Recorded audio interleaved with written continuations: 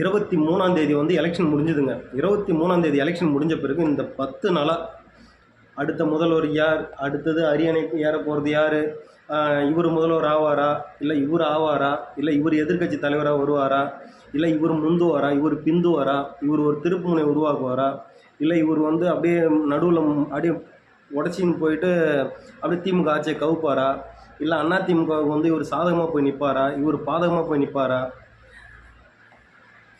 ஒன்று தான் ஊடகத்தில் இங்கே பாருங்கள், எனக்கு மனசில் இருக்கிறத நான் சொல்லிடுறேன் சரிங்களா. ஏன்னா வந்துட்டு மற்றவங்களுக்கு எப்படி எனக்கு தெரியாது, என் மனசில் இருக்குது. அடுத்தது நாட்டை வந்து கொள்ளையடிக்க போகிறது யார், இவரா அவரா அப்படி வச்சிடலாம் சரியா.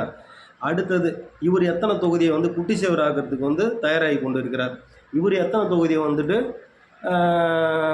எப்படி சொல்கிறது பாழடைஞ்ச நிலைமை கொண்டுன்னு போகிறதுக்கு தயாராக இருக்கிறார், இப்படி போடுங்க. ஏன்னா இல்லை இவர் எத்தனை தொகுதி எவ்வளோ எந்தெந்த இடத்துல வந்து இந்த கல்குவாரியெல்லாம் இருக்குல்ல, அப்புறம் இந்த மாதிரி இந்த ஆற்று மணலை வந்து கொள்ளடிக்கிறதுக்கு, கனிம வளங்களை கொள்ளடிக்கிறதுக்கு சரியா, மலைகளை வந்து எந்த அமைச்சர் வந்தால் மலைகளெல்லாம் உடச்சி தரமட்டமாக ஆக்குவார்.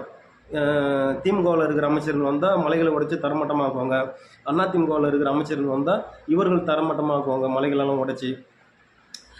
அப்படி சரியா, யார் அதிகமான நாட்டை வந்து அதிகமாக குட்டிச்சுவர் ஆக்கக்கூடிய இடத்துல வந்து யார் வந்து ஆக்குவாங்க, இப்படி சொல்லி ஒரு விவாதத்தை நடத்தினா சரியாக வரும். ஏன் அப்படின்னா இந்த ஓட்டுக்கே வந்து பார்த்திங்கன்னா மக்களுக்கே தெரியுங்க, இந்த இந்த வீடியோ பார்க்குற மக்கள் கூட தெரியும், திமுக வந்து ஒரு ஓட்டுக்கு 1000 ரூபா கொடுத்துருக்கு, அதிமுக 500 ரூபா கொடுத்துருக்குது.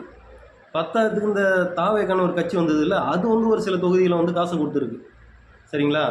அப்போது இந்த அளவுக்கு வந்து பணத்தை கொடுத்துட்டு அவன் என்ன இது பண்ண போகிறான், ஒரு ஓட்டுக்கு வந்து 1000 ரூபாங்க சாதாரண விஷயம் இல்லை, எத்தனை கோடி வருதுன்னு பாருங்களேன்.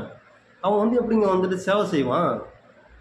அதனால் தயவு செஞ்சு ஊடகத்துக்கும் தெரியும், ஆனால் மக்களை ஏமாத்துறதுக்கு உண்மையிலே சொல்கிறேங்க, கார்ப்பரேட் இருக்குல்ல, அந்த கார்ப்பரேட் என்ன பண்ணுறான், இந்த மக்களுக்கெல்லாம் சும்மா ஒரு இந்த தேர்தல்ன்ற ஒன்று வச்சு சரிங்களா, அவன் தெளிவாக தான் இருக்கிறான். ஆனால் இந்த மக்கள் தான் என்ன பண்ணுது, அப்படியே பழகிட்டானுங்க, இந்த 70 வருஷமாக அப்படி பழகப்படுத்திட்டாங்க.